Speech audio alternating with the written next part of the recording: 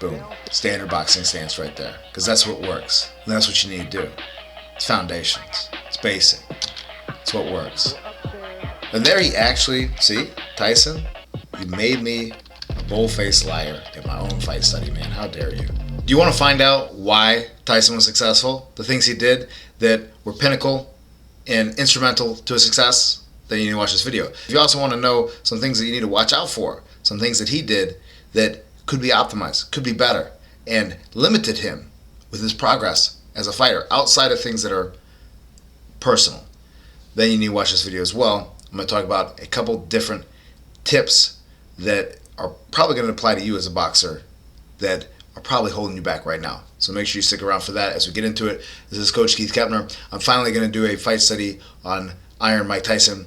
And to be clear, I have watched every single Mike Tyson fight.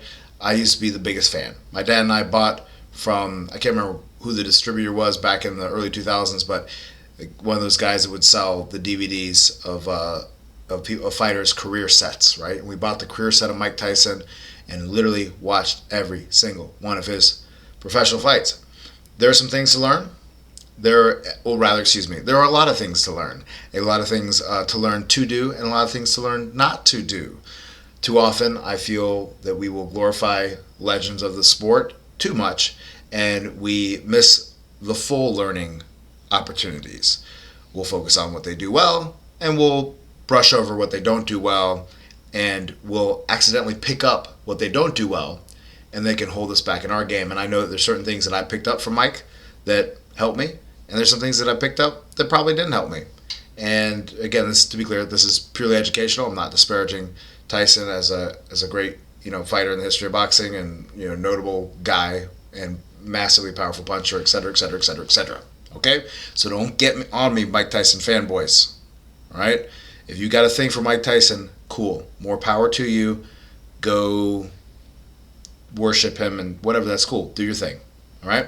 But I'm just looking at this from purely a coach perspective, technical perspective, that's it. And coming from someone who was a Mike Tyson fan. Why am I not a Mike Tyson fan any longer? Because I'm not a fan of anybody any longer. Or I do my best not to be. All right? Does that mean I'm perfect? No. Does that mean I'm ever not biased? 100% no. Yeah, so we're all human. Let's jump into it. Let's learn something, have some fun along the way. We're going to do, this was listed as one of Mike Tyson's best performances by himself, I think. Like one of his top 6. Okay, that's why I picked it. This him against Pinklon Thomas before he fought Tucker. Let's get into it. And of course, this is when he still had Kevin Rooney. So you could make the argument. You could say, oh, Don King was involved or something at this time, but whatever. This is Tyson against high level. And, probably, possibly one of his best performances at that. Now, if you look at it real quick, what does he start off with? A 1-2 and kind of a 1 or a 3. Starting off with that jab, and that's, again, something we all tend to forget. You think about the big knockout power of Tyson, and forget him at his best would sometimes set it up with a jab. You need to apply the same thing to yourself. He's slipping his head as he's coming in, and that worked well in that situation right there. He slipped that time to the rear side, came back with the right hand, got a little bit too close. And that's where, again, there's a good kind of up jab. That slip to the inside and jab is a very good move to steal from Mike. And Pinklon's, trying to do his best to keep the range out. And Tyson, I noticed after watching a ton of Mike Tyson, there are a few things that he does that you need to watch out for, and they're going to be revealed a little bit more as we go through this video, so make sure you watch out for that. So as well, if you haven't liked or subscribed yet, most people that watch this have not subscribed, so make sure you subscribe. Consider becoming a channel member, level 2. And there's a beautiful combo right there by Tyson. 1, 1, 2, 3. So think about how basic that is.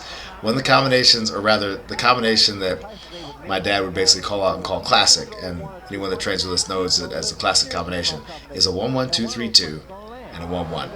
There's another great example of the jab, and he slipped it, but then he came back up top. So missed the jab, jab of the body, 3 up top. So see, when Tyson does the basic thing of doing what any basic good boxer should do, which is to set up things off the jab, things are pretty good. But there's also some trouble he gets off that jab, and I'm going to talk about that as we go through.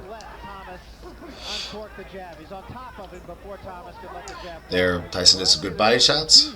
Pinklon is having trouble in this round.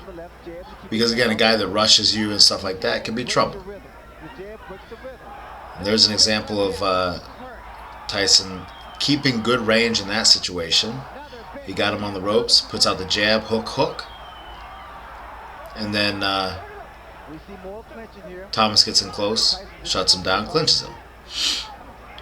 And there Tyson tries to come up with that 3. Then he comes back with the left hook and right uppercut. And that stepping in and that snap. That's one thing to really watch for with Mike, is that he snaps his body with his punches. He really whips his entire body, and that is why there is power. Also, by the way, the punch connects. We'll talk about that a little bit later with the grand finale of this fight. So there Tyson is creeping in. This is where we start to see already in this first round a little bit of the limitations of Mike. Okay? Now, there he works his way in. He works his way in. Does a couple shots. Great. Does some more shots. And then half the time he works his way in. See, now after, Mike, you're proving me wrong, because I know what happens as we go through this fight. And see, this is where he's doing his best work, and this is a very, he almost got the first round knockout here. And this is again the Mike that people emulate. That's good. He's getting in close, throwing his punches as he's coming in, rather, which is what he does the best. He's doing more jabs this round, probably than he does throughout most of the fight. And he's leaving his hands free. Good short little uppercut. Here. Boom. Didn't get it, but that's okay. And then he's slipping his head out as he steps out. Good, great work, when you talk about like the head movement concepts. Moved out. Great first round. But see, that's the one thing with Tyson, is that his first round is sometimes his best round, which, as we all know, as you become a more experienced fighter, even in the beginning, you make your first round your best round. Your first round doesn't need to be like just garbage all the time, but it's just not the best habit, right? We need to sustain a pace, and a lot of times we can't sustain the pace. Good short shots there by Tyson. We don't set a pace we can't sustain. So again, great short punches, and the reason that had power is because Tyson rotated his body. And there he weaved under, came back up with the hook up top, and then does the uppercut. And again, he tends to think he needs more space than he actually does for punches. And again, I'm kind of getting ahead of myself with my analysis. Let's jump into this next round. I've never seen Angelo that angry. Have you, Ray? Well, Angelo has a tendency to get excited. Because I can see that's one back to. All right, so here Pinklon shut him down, tied him up right away. But part to that reason is because Tyson will just rush in too close, right? And there, Thomas is doing a good job of turning him and then shutting him down. Now, if you'll see right there, and he broke out of it, but right in this position, Tyson has Pinklon's arm looped with his left arm, and then he lets go here to do some short shots. And there you see he's I don't think he was even being held on either side when he tried that combination, but he feels like he needs space, or at least more space than that to punch. Versus you watch some guys, like one guy that comes to mind is Chavez. He can throw from that range. And there he's doing a couple shots. But see, right there, Tyson is actually holding Pinklon's left arm with his left arm across. Now there's a great example of what's good to do from Tyson. A very snappy, explosive jab. Look at that. The jab, and there's a hesitation before the right hand came. He didn't get the right hand, but it was a great jab. And then a short left hook. And then Pinklon ties him up. So again, there Tyson goes for good body work, weaving under in the hook. And there, Pinklon is arguably the one that's shutting him down. And you'll see Tyson, he needs those breaks to explode. Good whip and good step in on the left hook. And again, that's one thing you can definitely learn from Mr. Mike, is to throw your left hooks like how he throws them, because those are obviously his most devastating punch probably, and he's very good at it. He's very good at it. I definitely modeled my left hook, which is my best punch, off of probably Mike Tyson and Joe Frazier, a mixture of the two, and they're very, relatively similar in that respect. I don't think he needs to be there. Not inside, not with the uppercut that Mike Tyson possessed. Now this is where Tyson, you can tell he doesn't feel totally comfortable on the inside, right? And so what is that? I don't know what that is. I know that when you're a power puncher, you can feel like I want space, and once that space is gone, you feel like I'm useless and there's no point to throw anything. And I'm saying that from my own personal experience and what I've seen working with people. So there's a good move by Tyson. He slips. Oh, he actually just jabbed off to the side then. And because he was jabbing off to the side, he got away from Pinklon's jab. But the problem is, and there he comes in with a 1, 2, 3 and some wild shots. The problem is, he doesn't have the answers anywhere else besides his head movement. And maybe a little bit of foot movement here and there. But if you'll see, his answers are always, I got to dip low. I got to dip low. I got to do a quick slip. And the problem with that is that it doesn't allow you to really throw the punches you want to do, and also do that over a sustained period of time. It costs a lot of energy to do all those slippings. It's a lot less energy intensive if you can mix in some hand defense. Because you could argue when he does the slip and does it explosive, things like that happen, and it's good pictures. But the amount of energy you got to consume to do that is a lot. And then, example, if your guy jabs you when you jab, right here, then you eat their jab, and he didn't eat that jab, right? And I don't know about you, but and there we go as well with the so there Tyson does a jab, eats a jab, and then this is what happens when you start going up levels as a boxer, and it happens to you sooner than it did to Mike Tyson, because you're not as good as Mike Tyson, and unless you're heavyweight, man, you're gonna have stiffer competition. The loosest competition is at heavyweight. Why? Because there's the least amount of guys, and as an athlete, there's the most amount of people that can make a lot of money at that weight in athletics, right? Whether it's basketball or football or anything. The smaller divisions are a lot deeper, all right? So, because I got guys that have been really good as heavyweights and super heavyweights and things like that, and their skill was nothing compared to like 140 pound guy, 160 pound guy. But right here, Pinklon comes over with that right cross, in essence, crossing over the jab, sliding over the jab. And that's an easy shot to get on a guy that's shorter. And there Tyson comes back with the right hand. Good. If we do get hit by the right hand over the jab, that is what we need to do. Because most of the time people will admire their work after that, at the end of that round.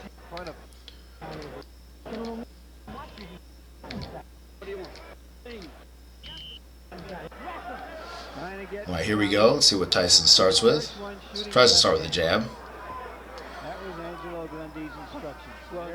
One thing too is that Tyson is tending to fade to his right side in this fight a lot, which does open him up for, obviously, like we know the right hand.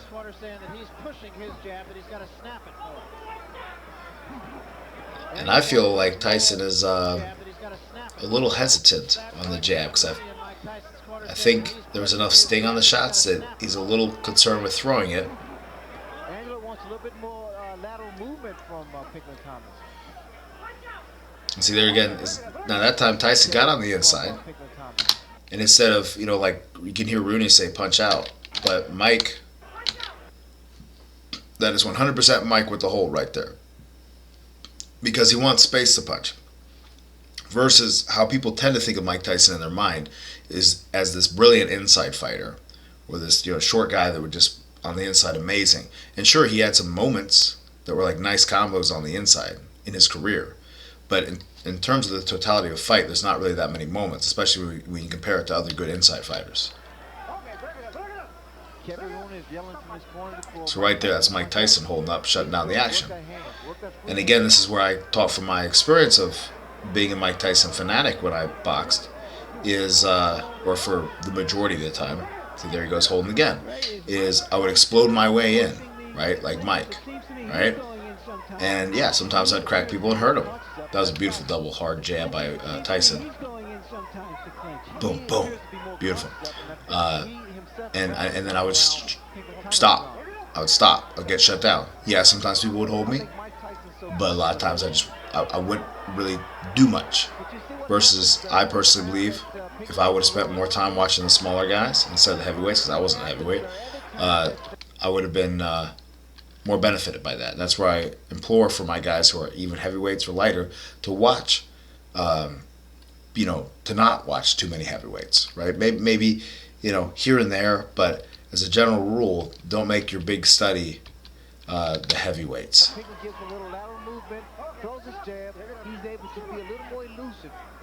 Granted, it's easier to see things.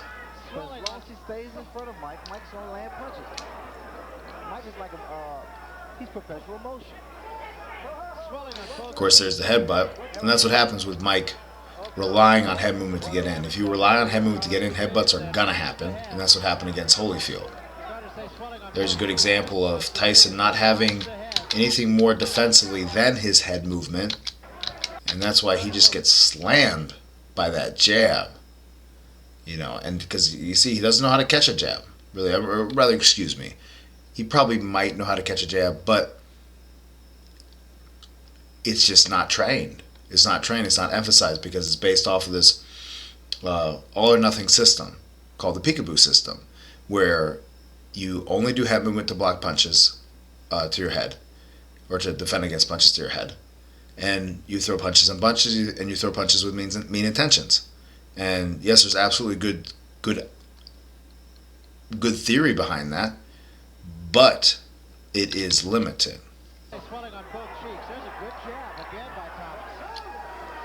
That's what's going to break the rhythm. You need to break the rhythm with the jab. There's a good example of Tyson kind of just walking in with head movement because he doesn't have hand defense to walk in off of, and he's sitting on that side of the right hand, and he didn't get hit super clean with it, but it is trouble. By the way, make sure you stick around for the knockout, where Tyson shows obviously what made Tyson so special. And see, this is what's funny about Mike, obviously watching him so much in I box, is you'll see he'll go peekaboo, right? He'll go peekaboo, but then he's like, okay, I'm going to start boxing. I'm going to start just doing this thing called boxing. And he goes back to a very kind of more normal stance, right? So that's just a super funny thing to me, man, where it's like he'll be like how people like to think he is, right? Especially on the internet. And then he'll go back to a more standard position. And that's again where I argue, if he were to have worked on more, if all those guys that worked with him worked more on rounding him out as a fighter versus doubling down on with this one mythical type style, outside of the personal problems, right, and mental health problems, but as far as technically, that would have made a big difference.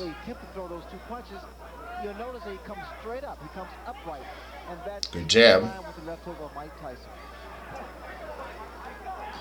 But again, see, good little combo right there. You see, Tyson could work on the inside right now. Short shots, super short shots. We all have seen people do it. But instead, see, there he got it. There he got it. But it's just not consistent. It's not consistent enough. That was though, and that's what makes Tyson good. He got hit by an uppercut right there because he doesn't have, he doesn't catch it, things like that. But then he does this really short. Look at that, short, beautiful left hook. It's truly a beautiful thing. I recommend you do your left hooks just like that. By the way, look how that left hook is. The thumb is up.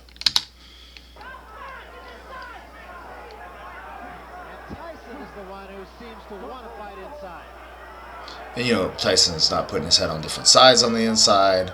He's got it stuck on the one side, and that's why he doesn't feel like he can get his shots off the same way that other guys do that can put themselves in different positions.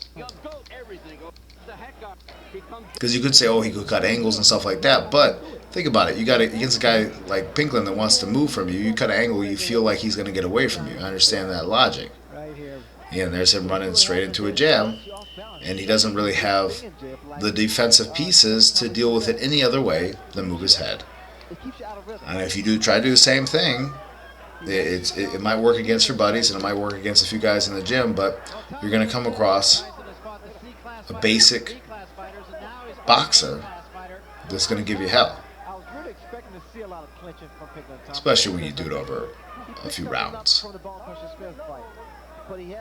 You know, a lot of people can go psycho Mike if you're relatively strong on somebody for a round. But it's all about how we're going to pace that over at least a few rounds. Good left hook.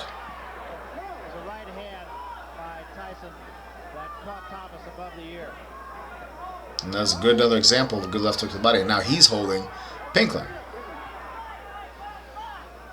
shutting down his own work, his own opportunities. Because it's dangerous to come in. It costs a lot of energy to come in. To be first, and what Pinklon is doing actually, he's fighting the same tempo. See, there he goes with his peekaboo, and then he goes back to a normal boxing stance, right? And so that's what's so great. That was a great attempt at a combination. So here, boom, boom, boom, really just whipping his body. But again, one thing about that combination is that was not an intelligent combination. What do I mean by that? Am I calling Mike Tyson stupid? No, I'm not. But what I'm saying is that that's a combo that, like with my guys, I'll say that you're not thinking on that combination, meaning that it's not creating specific openings, right? You're just kind of throwing left, right hooks for the body, and like what openings are we creating with that combination? Let's throw an intelligent combination. And as you see, it wasn't that successful, even with the gift of massive power that Tyson has. See, there he goes again, going peekaboo, and he goes back to normal stance. I just love that example right there. See, right there, you look at Mike Tyson, you're like, okay, that's a peekaboo boxer, that's a peekaboo boxer. And it goes back to that guard video I talked about, right? You know, peekaboo, earmuff, Philly. It's like, look at that. And of course, like Pinklon's in like basically what people would call, people would call a Philly. But here Tyson is doing his standard boxing stance, and then there's he's doing his peekaboo. But when he actually starts to get into the mix, see there, he tried to block some shots. He's just doing standard boxing. Boom. Standard boxing stance right there. Because that's what works. And that's what you need to do. It's foundations. It's basic. It's what works. And there he actually, see, Tyson, you made me a bold-faced liar in my own fight study, man. How dare you? You can do it anytime, Mike. Just don't beat me up. But there he kind of deflected a jab with his right hand. And then he shot the jab and he got a little too close with it, but there were some good things off of it. You see how when you put some of these basic pieces in your game, it really gets you up a few levels technically. Because Tyson has, the conditioning, he has the will to win, the heart of a champion, largely, and he has the money behind him. That's one thing people forget about Mike is that, sure, he came from a super low background, but I mean, goodness gracious, he had the biggest boxing machine behind him when he started. And there is the example of, so I'm not sure what Mike was thinking, but maybe he was thinking about kind of feinting the jab, or he just, when you half-heartedly jab, right, when you don't commit to the jab, especially as a shorter guy, you don't step in with the jab, and you're not ready to catch the right hand over the top, then the right hand can get you like that. Pinklon held on that situation there. Tying up Pinklon Thomas more than Pinklon Thomas is tying up Mike Tyson. And see, there goes Mike again, just walking into punches. Boom, walking into big punches. And that's where, though, think about what the foundational keys are that are working with this. He has his damn chin down. You need to have your damn chin down as well. That's where when he gets hit clean with that jab, when he jabs, his chin is down. That's why his nose is plastered across his face in all these fights. body shots. when he's in his, his prime or whatever. Slowly, Pinklon Thomas is getting himself into this fight. Starting to get a little bit of a rhythm here. And I think really starting to confuse Mike Tyson a little bit, right? Well, see there, he mixed it up. See, he had a little bit more of, what I like to call an intelligent combination. He does some hooks. Yes, that's fine. What do hooks open up? They open up the center. That means the uppercut. And of course, Pinklon is kind of leaning in a lot on the inside. It's perfectly available. But we have to be okay with the fact that we have to set up punch. See, now he's holding Pinklon. So you crack him, you hurt him, and then we hold him? No, it's supposed to be the other way. If you get hurt, then maybe you hold someone to shut them down.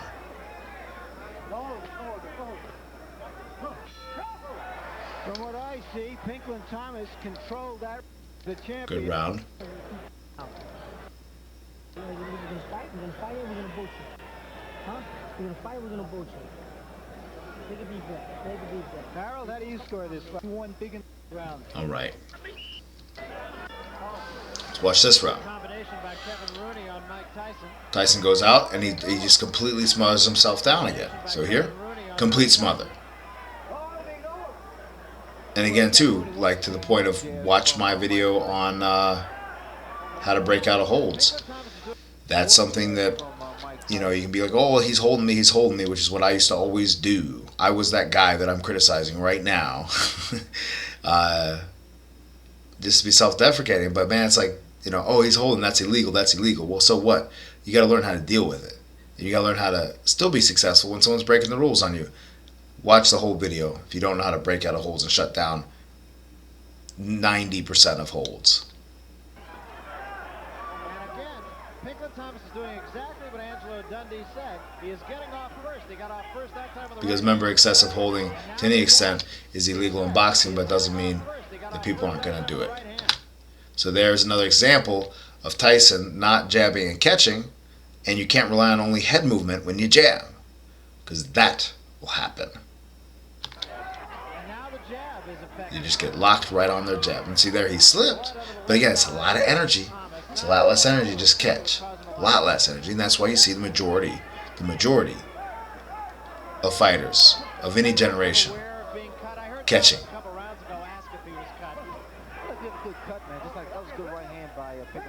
You don't worry about that if you're a seasoned professional. Unless it really bothers you. With the swelling. And see, good with Tyson jabbing off to the side because Pinklon's kind of standing there a little bit.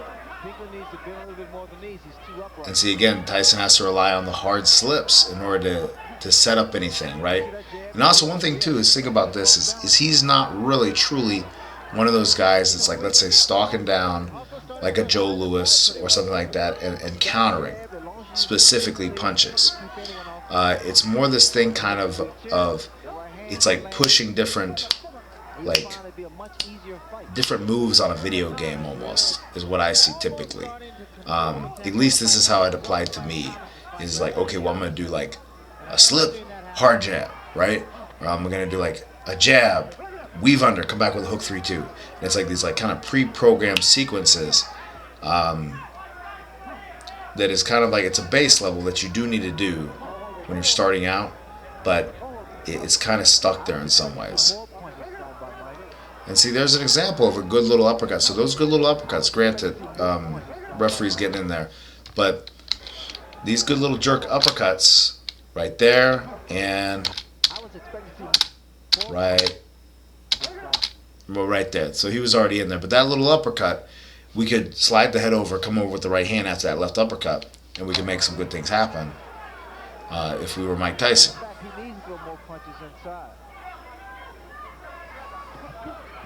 And see, again, that's the brilliance of Mike Tyson, is being able to explode with those snappy jabs like that. That's a snappy jab to the body. There's a snappy double jab as well. And you'll see when he throws jabs with that type of speed, taking away what I said earlier about defense with our jab and things like that, when you throw it with that type of speed and explosiveness, it's going to make a lot of guys, even at this level, choke up a little bit. And it's hard to deal with. It makes you second guess for just a moment what the hell's going on. And so if you can snap your jab like that, there probably isn't going to be a shot coming, unless you're just really damn predictable all the time. But see, there Tyson is, getting popped with that jab. But when he explodes like that, which again costs energy, he's probably not doing it as loosely as he could, so we want to be loose and explosive. It's hell to deal with. Like I talked about in my multi-jab video. There's a 1-3. Beautiful work right there by Mr. Tyson. And there he tried a short right as he came in. But again, it's like, man, if we just get some more work in there, like again, a lot of the greatest inside fighters would do in this situation, then we're good. Beautiful, beautiful right hook to the body by Tyson here. Let's watch it. Let's watch the mechanics. So see, he drops it down just a little bit, and he whips the body. So see, the body's kind of leading it a little bit, and the arm is very slightly following afterwards. It's actually, man, it's right around the backside. Is it? No, excuse me. It's just the way it looked. It went out, came in a little bit, palm facing him on that hook to the body. It's not one of these things, and it's a good shot. It's a good, powerful shot. Thomas is holding him a little bit. I'm waiting to see Mike Tyson do that bolo punch, kind of bolo. Double right hand a little bit. There. I'm waiting to see Mike Tyson do that bolo punch, kind of. Tyson comes over with the short right on the inside, and he can make power. He did it. That's how he knocked out Francis Botha.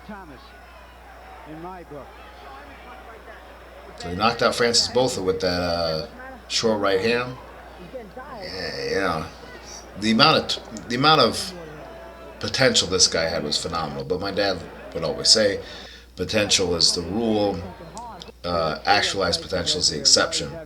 And so there's a great example of, even with his lack of defense, because his chin is down, what happens with the right hand of Thomas? The right hand slides down. See that? The benefits of keeping your chin down, guys. Good lesson taught by Mr. Tyson. And he is the one forcing most of the clinches right now.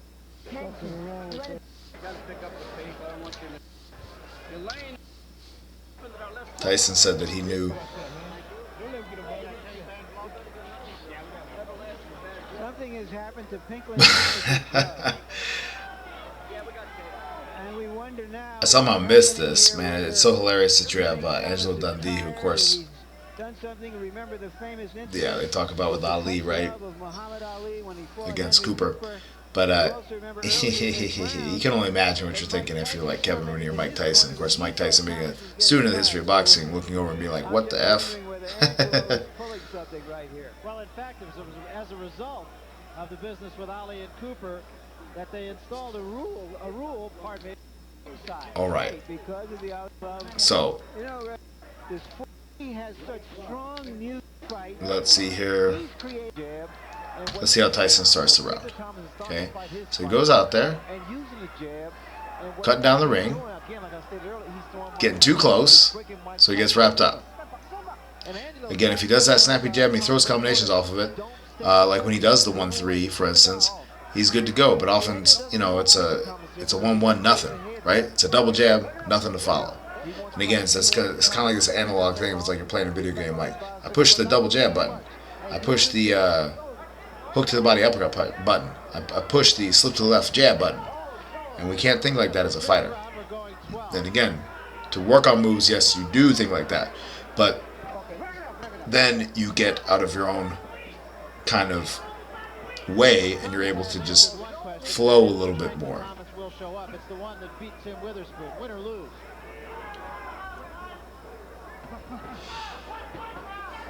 Good short shots by Tyson.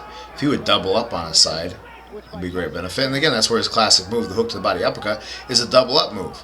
That's why it was so good. So think about how him doing a couple basic things right, along with power, and being tough, set up a success. Look at that. There we go. So here he goes, hook for the body, boom, uppercut. And he comes back in with the left hook a little bit. But see, he felt like he had to make a lot of space to make big power with that. You don't. Don't be embarrassed by his performances or a certain performance. Nice. That's good classic Tyson. Something you can take from Tyson that makes him great is he slips that side, steps in with that big left hook. from that low position. And see, now he's just swinging for the fences. And, you know, imagine if he doubled up on something and he's still getting the job done. But if you watch, and now it's just, that's it.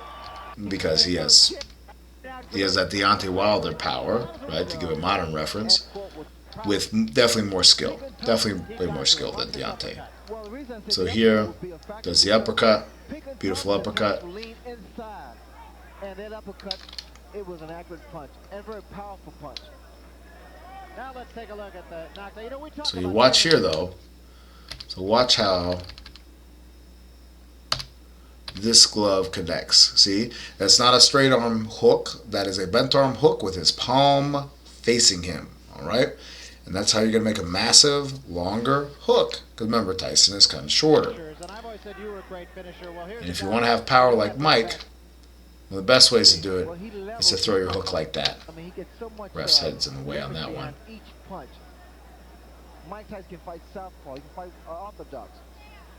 And the big thing too is he's throwing out of any position, and that's what you definitely need to be able to do as a fighter. That right hand didn't land. Steps back a little bit to get the uppercut. Comes back with the left hook, kind of like in a southpaw stance. Palm is facing him. He's hit with the knuckles. So important to hit with the knuckle part of your glove, guys.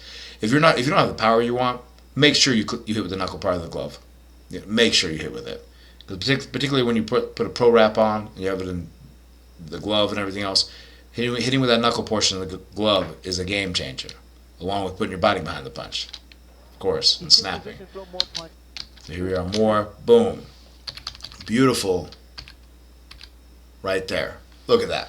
So this is exactly how I teach the left hook. That's how my dad taught the left hook. The elbow is below the fist, palm facing you, okay, and rotating through. That left hook like that, as opposed to the elbow up, etc., this, that, and the other thing, is a massive left hook. Massive left hook. Practice it. Don't just take my word for it, but practice it, perfect it, and that's a beautiful thing. And it's just a matter of time. That left hook there was deadly.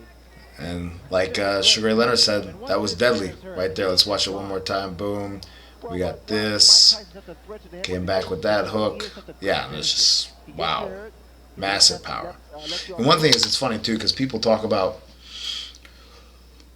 like everybody, we hear crazy things that people say, right? Like, oh, like he purposely, this, I can just imagine the stuff that someone would say here, right? Where it's like, okay, look, so he threw this hook because he knew he would be more square with his feet, so he's going to create more leverage for his left hook. See that? See? So go practice that. No. He shot a punch. He kind of got in a different position, and he shot another punch. That's what it is. Do not overcomplicate it. And that is where I get very hard on this. Some people criticize me for this, and please feel free to. But I get very hard on people for over-analyzing. All right? You can't over-analyze. We want to analyze. We want to take the pieces of what's really happening, but we don't want to just like add complexity where there isn't complexity. All right? And somebody just throwing their shots and just throwing them to get someone out of there, don't put over complexity on that. All right? And again, if you've had some experience, you see it as what it is. And if you don't, I notice, you tend to add complexity where there isn't anything, right? A lot of times, it's like people are at this level that sometimes will do some analysis that I come across from time to time, where they're at the lowest level of competency. They don't know what they don't even know, right? A little hierarchy of competency for you is the bottom level. There's 2 levels of incompetent. There's 2 levels of competency, right? The bottom level of competency, which is total incompetency, is you don't know what you don't even know, right? I hear a lot of commentary coming from that place, whether it's people on TV or anywhere else. Then there's you know what you don't know, which is when you start shut the hell up a little bit, right? Then there's the first level of competency, which is it takes all of your focus to do it, right? It takes all of your mental focus and energy to do it. And that's where, like I'm talking about, where you're trying to let off some combinations in a fight or in sparring, and it takes all your mental focus to do it, right? But then there's that last level of competency, which is unconsciously competent, where you don't think about it and you just do it. All right, guys, I hope you enjoyed this video. Make sure you click like, make sure you click subscribe. Consider becoming a channel member, level 2. You can send me fight video of yours, sparring video, or shadowboxing video of you, and I'm going to give you analysis and things that you can work on that can help you get to the next level. And drop me a super thanks if you appreciate this video as well, whether it's $5 or $10. I've got some amazing super thanks from people, and I really appreciate it. All right, guys? See ya.